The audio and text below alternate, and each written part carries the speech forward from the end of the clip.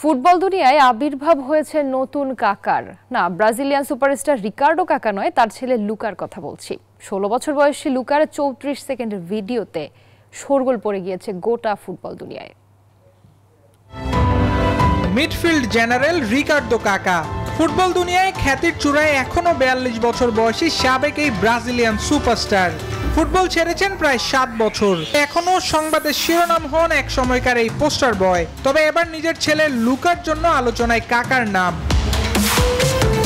16 বছর বয়সী লুকার 34 সেকেন্ডের এক ভিডিওতে সামাজিক যোগাযোগ মাধ্যমে শোরগোল পড়ে গিয়েছে। আর তাতেই অনেকে কাকার সঙ্গে মিল টেনে বলছেন একেই বলে বাপ কা বেটা। অনেকে আবার এক ধাপ এগিয়ে লুকার মধ্যেই কাকার প্রতিচ্ছবি খুঁজছেন।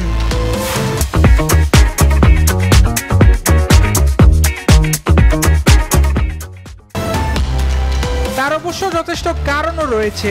16 বছর বয়সী লুকা দেখতে যেমন অনেকটা বাবার মতন, তেমনি ফুটবল খেলার ধরনেও কাকার সঙ্গে রয়েছে অসম্ভব মিল।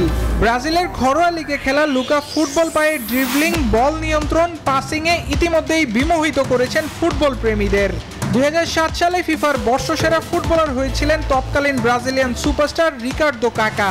তার ঠিক 1 বছর পর জন্ম হয় কাকা সেলিকা দম্পতির বড় ছেলে লুকার।